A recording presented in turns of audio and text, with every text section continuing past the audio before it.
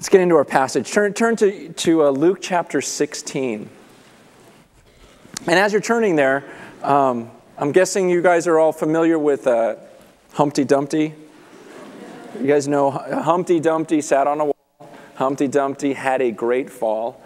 All the king's horses and all the king's men couldn't put Humpty back together again. All right. Now, as you think about that nursery rhyme, I got a couple of questions. One, what exactly was Humpty Dumpty in your mind? An egg? Just an egg?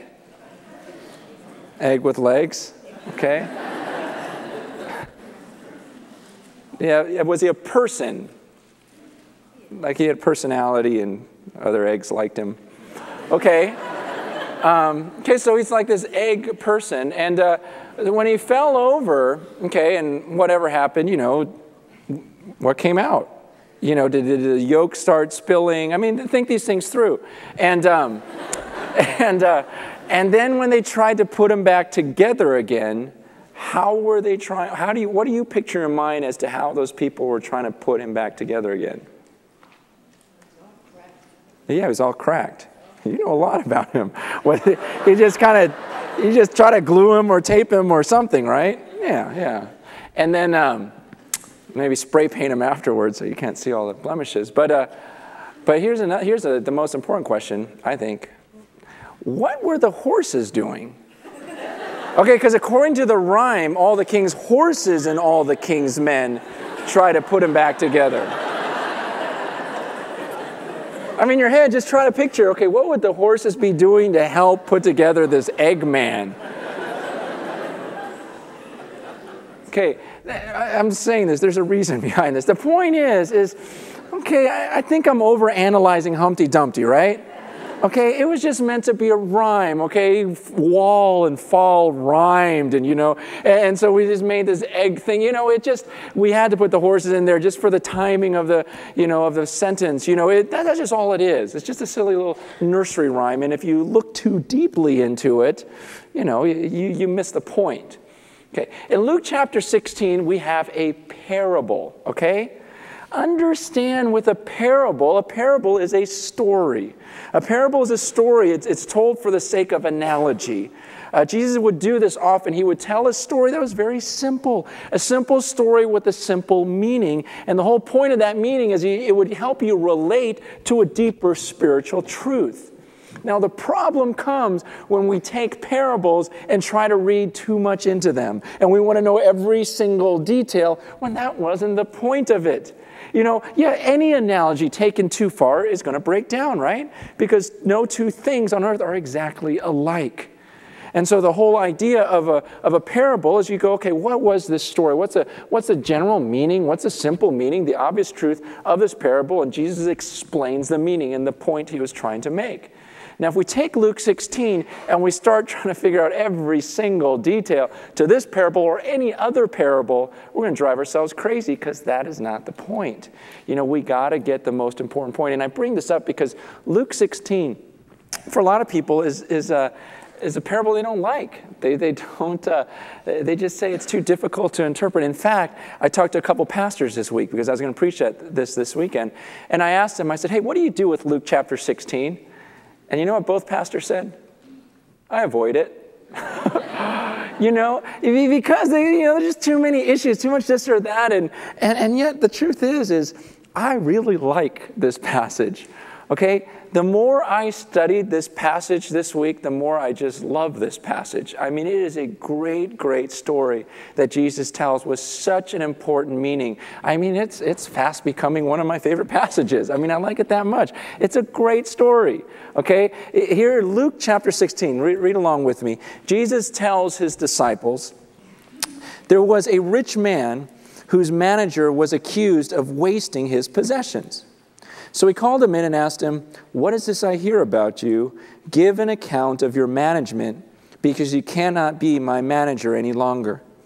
The manager said to himself, what should I do now? My master is taking away my job. I'm not strong enough to dig. I'm ashamed to beg. I know what I'll do, so that when I lose my job here, people will welcome me into their houses. So he called in each of his master's debtors. And he asked the first, how much do you owe my master? 800 gallons of olive oil, he replied. The manager told him, take your bill, sit down quickly, and make it 400. Then he asked the second, how much do you owe? 1,000 bushels of wheat, he replied. He told him, take your bill and make it 800. The master commended the dishonest manager because he had acted shrewdly. For the people of this world are more shrewd in dealing with their own kind than are the people of the light. I tell you, use worldly wealth to gain friends for yourself, so that when it is gone, you'll be welcomed into eternal dwellings. Okay, it's really a simple story. Okay, did you get the gist of the story? You have a really rich guy. He got a rich guy, and he has this manager. You know, that's what rich people have. They got managers to do all the work. And so he gets this manager who's going to manage all his money, all his assets, all this and that. And he finds out that this manager isn't doing a good job, so he's going to fire him. The manager catches wind of this and just thinks to himself, I'm going to be fired. And he thinks, what am I going to do? I didn't think about this. What am I going to do? He goes, I don't want to go back to manual labor. He says, I'm not strong enough to dig. He goes, I'm ashamed. I don't want to go out begging and asking for money to stay alive. So then it says, he goes, I know what I'll do. And actually that phrase in the Greek, it's the whole idea of it's almost like a light came on. It's like, oh, this is what I'll do. I got it. And he starts calling in people who owe his master money or possessions, whatever it is. He calls the first guy in. He goes, hey, how much do you owe my master? And he goes, I owe him 800 gallons of olive oil. He goes, okay, this is what I'm going to do. Cut that in half. Look, I'll sign off. You only owe 400 now. And the guy's going, no way. You can just cut. Yeah, I did it. You know, probably hugs him. He goes away. Next guy, how much you owe? 1,000 bushels of wheat. He goes, cut it. Make it 800. The guy's going, are you serious? 800? Okay, all right. You know, let me sign off. Okay, good. And he does this because he's thinking, okay, now these guys owe me. You know, so once I get fired, I'll just go to them. This guy, you know, I'm set up. You know, I'll get some kickback here for what I just did for them. And so then the master finds out about this, and he actually commends the guy and goes, you know, that was actually really smart. That was really wise of you. You knew you were going to lose your job, and so you set yourself up, didn't you? And you let these people have a break on what they owed me. And he goes, you know, I got to hand it to you. That was very shrewd. And actually, that word shrewd is not a bad word. Okay, you got to understand that because that's where some of this confusion comes in. In fact, it's the exact same word that Jesus uses when he tells his disciples, I want you to be as shrewd as serpents, yet as harmless as doves. You know, some Bibles say as wise as serpents and as harmless as doves. We're called to be wise. We're called to be shrewd. We're called to use our God-given wisdom and cleverness and intelligence to do the things that we do. And what Jesus says is he uses this parable and he says, you know, that guy, that manager within the world system, and when he says people of this world, the actual words are the people of this age or this time period. The whole idea is it's a person that is only thinking about life on earth, this age on earth, this lifetime. He's not thinking about heaven. He's just thinking about earth. He says, actually, that manager, for being a worldly person, was very wise. He was thinking about setting himself up on this earth. Not that it was the right thing to do. He calls him a dishonest manager. But it was a wise thing to do, given that world system of this is all there is. He goes, in fact, people of this age are wiser. They are more shrewd than the people of the light. The people of the light are many of us who have been enlightened and realize, you know what? It's not all about just having a blast here on this earth. There's another life to come. We're not just of this age, the people of this age. We're the people of the age to come. And we think about the future. And yet Jesus says, you know what, though? The people of the future, the people of the light, the believers, a lot of times are stupid. I mean, that's just what it comes down to. We are not as smart, we are not as wise, we're not as shrewd as the people of this world. Jesus says it right there. They are not as shrewd. And the whole point is we're not thinking about setting ourselves up. See, that manager, he knew. He thought, I'm not going to have my job very much longer. I better do something so I secure my future. The whole point is, listen, you're not going to be on this earth forever. Okay? You're fired. It's just a matter of time when you're going to be leaving this earth. And have you really thought through your future and set yourself up so that once you're done, it says, when that money runs out or when it is gone, actually the word there is to die. So it could refer to the money dying out, or it could refer to the person. Either way, same thing. So that when your life is over, or your money, this earthly age is over with, do you have eternal dwellings in heaven? Are you set up in heaven? So see, the idea is you've got this guy who knows, man, I don't have a lot of time. And it's almost like a state of panic. There's urgency. He's going, man, I got to do something, or my future is dust. And he's saying that's the mentality that if people of the light had the same wisdom, they would be thinking, I don't know if I'm going to be alive on earth tomorrow. My job on earth could be done today. And have I stocked away enough? And have I used, the Bible says there, to use your worldly possessions. Use your worldly possessions to make friends for yourself so that you're set up in heaven.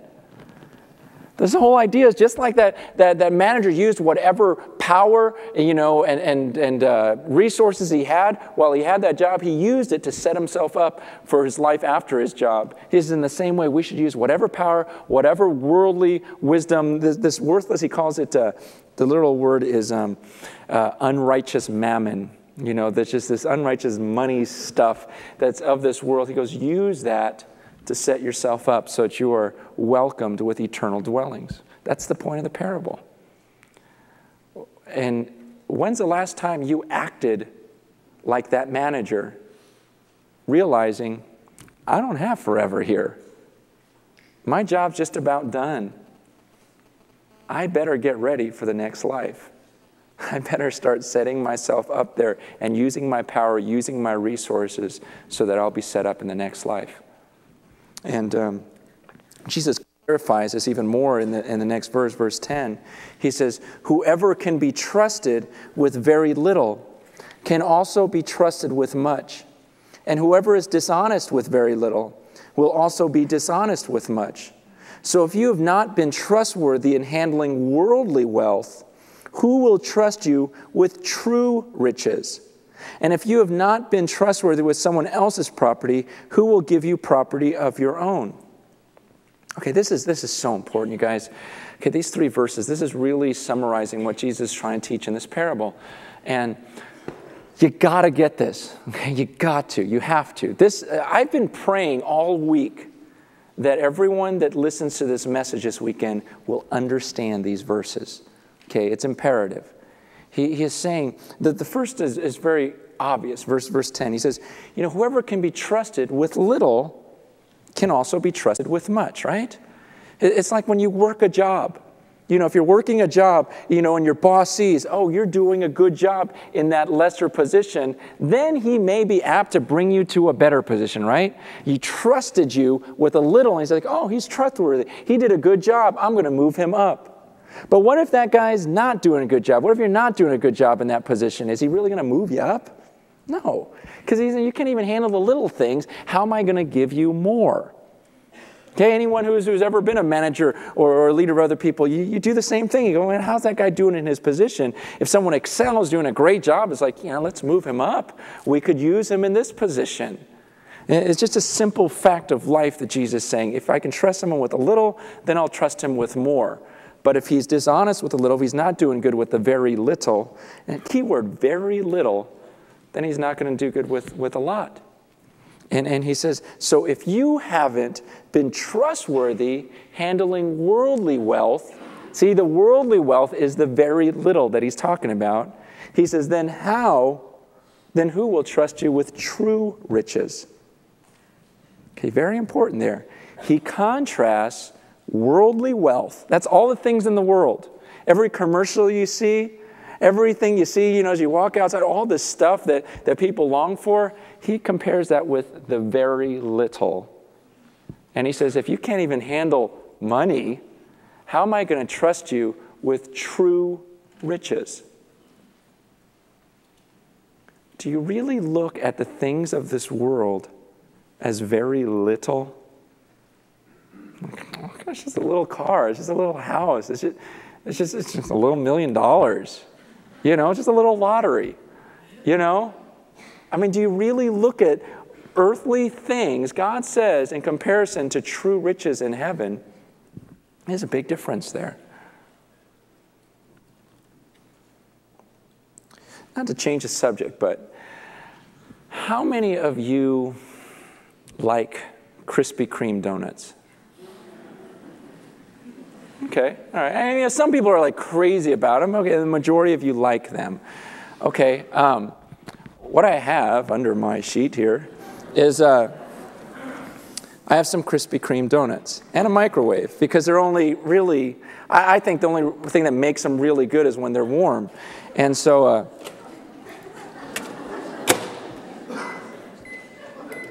I'm going to heat up a donut. Now, here's the thing. Oh, it's going to be good. And these are all good. I didn't do anything weird to them. Okay, they're just good donuts. Now, how many of you, as I'm heating this up, you think to yourself, you know, I'd actually like to have that donut and eat it right now? Okay, all right, a few of you. Okay, and then here's another question for you. I'm going to use another 5 seconds. I want it perfect, you know, where it's just like, it's a little bit too hot to eat, but it's just perfect. Anyways, you know what I'm talking about. Okay, here it is. Now, how many of you say, you know, I would want that donut so much that I'd be willing to even walk up onto the stage in front of everyone and take it? Who would be willing to do that? Is that it? Seriously, who would walk up here and take my donut? You would do that? All right, come on up. Let me just go around and...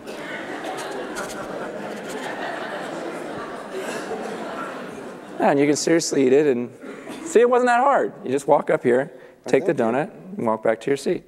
Oh, but wait a second. You can keep that donut, or you could trade it for whatever I put in this box. I'll take the box. You'll take the box. All right. Let's open up the box, see what's in there. Got $100. Here you go, bro. All right. He made the wise choice. It's there. $100. First two services took the donut. Okay. He took the $100. That was good. No, that's good. It's yours. Have fun. Go buy yourself something nice. Buy something for your wife. Okay. Now, I thought this weekend was going to cost me $400. It only cost me $2. Only 2 people took the okay. It was funny because Saturday night I said to, I told Tony what I was going to do, worship leader, and he goes, that'll be cool because no one's going to take the box because no one trusts you, I'm like, yeah, they do. He goes, no, they're going to think you put a piece of manure in there or something, and But here's the point of this is God tells us that He's got a box, okay? He's got a box up there. And unlike me, where I just have this box and I go, you know what? I'm not going to tell you what's in there. He tells us what's in there. He goes, the things of this world, it's this worldly wealth. He says, that's very, very little. I'm just seeing how you do with it. And if you do well with it, I've got this box for you. And I promise you, these are true riches in comparison to what's in that box. But a lot of us, we don't trust. It's just like what Tony says. We think he's going to open that box, it's going to be a pile of manure or something that we just go, what am I going to do with that? Like we don't trust that it's really something better. But do you really see, you see, just like so I still have $100 left. So here's $100. I want you to look at something. Here's a donut, and here's $100. Look at the two. Okay? That's the comparison. This is the first time I've actually touched the donut. It's like all hot and... No.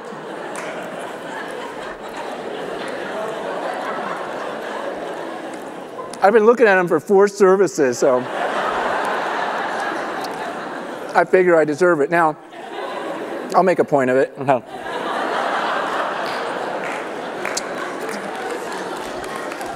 Now,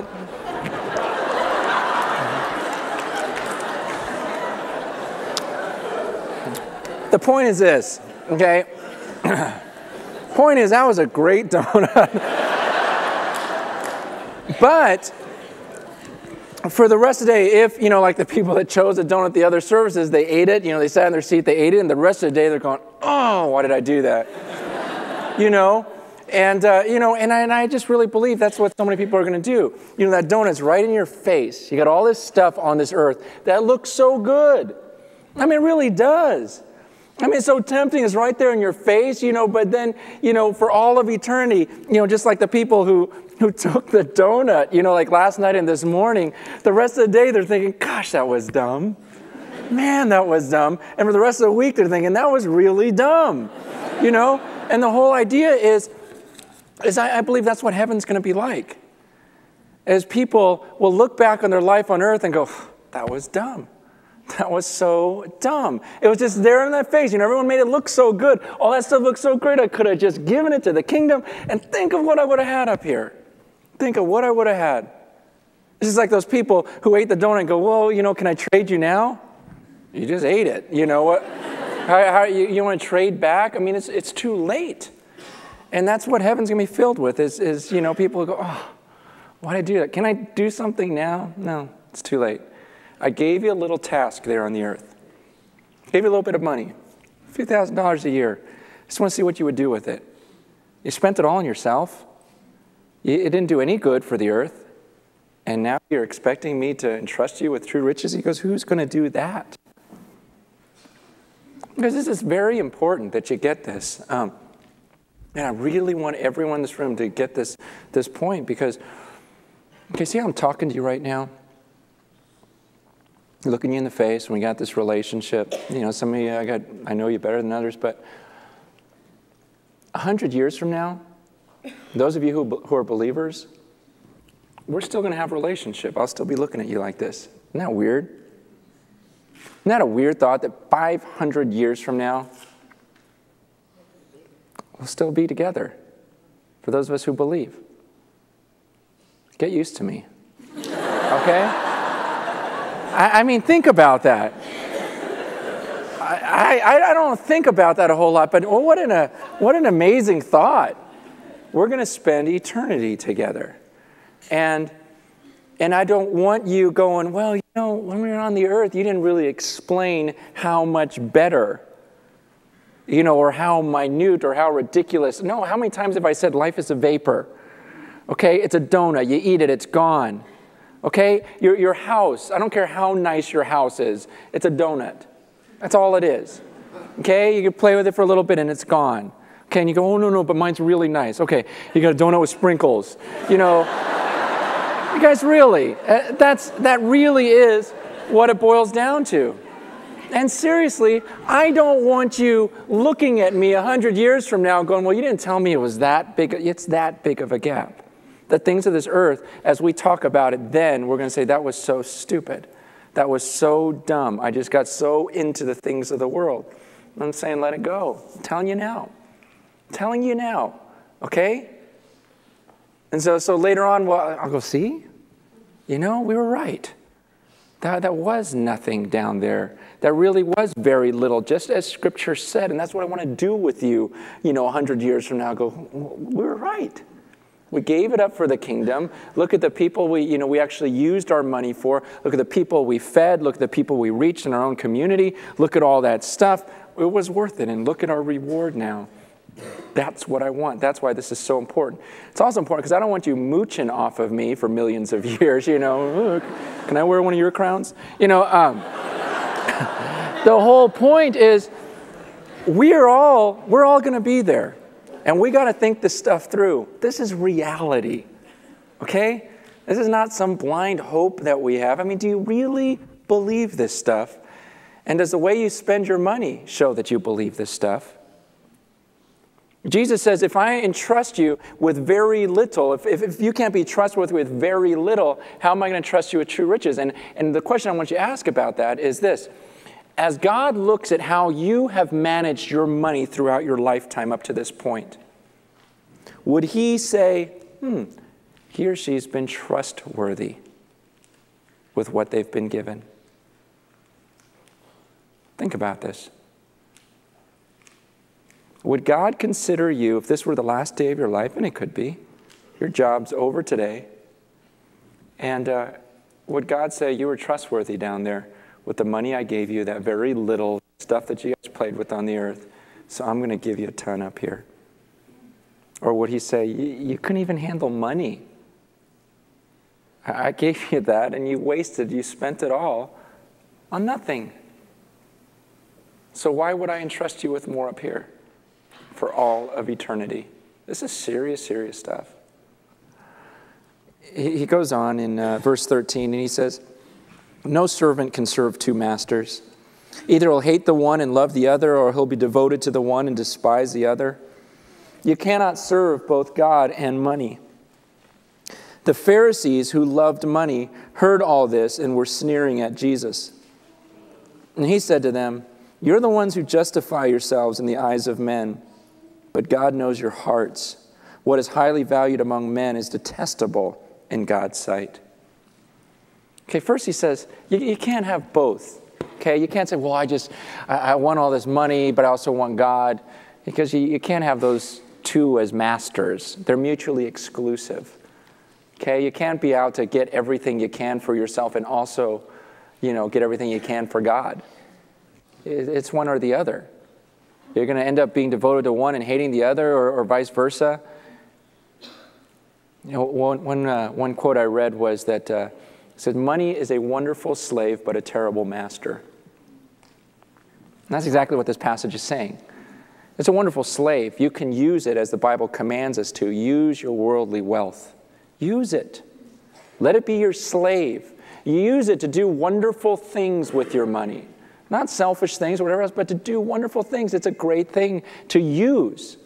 It's just terrible when it consumes you and it becomes your master and you are after it. You're just wanting to do whatever you can to please it, to get more of it. And God is no longer your master. And then it says that the Pharisees hated Jesus' teaching because they loved money. See, there are people who say, I can't stand when church talks about money. Why? It's just money. It's just stuff. Why does it bug you so much? Is it because you love it? Yeah, and I understand. I mean, I understand, I see some things on TV, some of these guys asking for money, and that's detestable to me as well, the misuse of it. But, it's just money we're talking about here. And it could do some wonderful things. We could reach a ton of people with this stuff. And he says to those Pharisees, he says, you are the ones who justify yourselves before men, but God knows your heart. See, you can always justify your spending before people, but ultimately God knows your real heart. You can make me, I can make you, sound like we're such saints with our money, but ultimately God knows our hearts and knows if we really love the things of the world, and that's why we get this stuff for ourselves, or if we really love him and put our heart and treasure in heaven. See, that's the issue. It's the heart. Okay? It's not, when Jesus talks about money, the bigger issue is always the heart. He says, God knows your heart. What would you say? What percentage of your heart is in heaven right now versus the rest of that 100% that is on the earth? When you think of your mind, and your focus, your direction, and the things you're pursuing, how much of that is about heavenly things and how much of it is about things on earth? What do you focus on the majority of the time? Would you say, I'm 10%, focused on my home in heaven and 90% focused on things of the earth? Or I'm 80%, I'm almost always thinking about the future life. I'm a person of the light. I'm thinking about the future, about heaven. And only about 20% of the time am I thinking about earthly things in my earthly home. Give yourself a percentage right now in your own mind. What percentage of your heart is in heaven? God knows.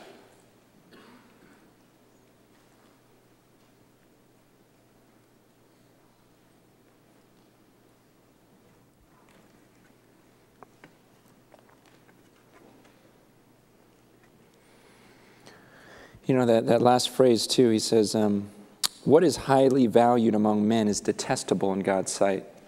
The things that people value, you know, that they highly value. God says, you know, that's sick in my eyes. I was watching, I caught the tail end of a show this week. You ever seen that show with Donald Trump? Okay, it's called The Apprentice. How many of you guys have seen that? Okay, all right, a lot of you. It's a show where all these guys are vying for a job. I don't know all the details, but I guess they're trying to get the job with Donald Trump. And so all these people, I don't know how many people they started with, but each week they fire someone. They get rid of someone just saying his performance isn't good. The whole idea, the last person standing gets a job with Donald Trump, and I guess he'll make millions of dollars. And this week, you know, it was down to like 5 people, and they fired one more. And then 2 of the people, you know, the 2 top producers, they, you know, Donald Trump rewards them each week. And this week they got to fly on his jet, and, you know, and it's just awesome. You know, it's like this full-blown, you know, one of those major passenger airplanes, but everything's gutted. And it just has this huge, beautiful living room. Everything's plush, you know, couches and, you know, TVs and a bar and, you know, bedroom, bathroom. I mean, just plush. You forget you're in a plane. And then they fly them over to one of his palaces, which is just outrageous. You know, just millions and millions and millions of dollars, just ornate, gold everywhere. Just, I mean, it's amazing. But, you know, it's hard humanly not to go, oh, that'd be fun, you know? And yeah, it would be fun. You know, just like that donut, it was good, you know? But you look at all that stuff, and I don't know, maybe it's because I was studying this passage this week, but I really could look at that mansion and look at that plane and look at all the money this guy goes, it's just a donut. I mean, it just didn't appeal to me. The things that are so highly valued by people, can you have the same heart of God where you just go, it's just stuff. There's nothing great about it. It's just stuff. Because the real point is this: who's going to die first, me or Donald Trump? I don't know. Probably Trump. I don't know. He's old. But you know, the answer is, who knows? Who knows, right? The point is we're both going to die. And then when we both die, who's going to be rich forever? You see, it's, you know, we can look at people on this earth, all this stuff, and go, ooh, I'd love to be in their shoes. Really? And just eat it all up real quick? And not ever get to the true riches? Or would you rather just invest, set yourself up for the future? Put your heart, you see, when you start doing that and start giving things to the poor, in fact, some people, they interpret that passage of, use your wealth to make friends for yourself, so that you'll be welcomed in eternal dwelling. Some people interpret that as, giving your money actually to the poor, and so that when those poor believers are in heaven, they actually welcome you in and go, hey, I remember you. You gave me $100 at service. And they'll remember the things that you did at a place where there's true riches. Which is a totally possible interpretation of that passage as well. But the whole idea of, are you doing that? Are you setting yourself up? That's the point of this passage. Are you ready for eternity? Would God say, you know what, you've done great. You've done great with your wealth on earth. Let me give you some real riches. I hope so. And I hope we spend eternity going, oh, that was worth it, huh? That was dumb. I'm so glad I gave that up. Because it was nothing, and it's over now, and forever.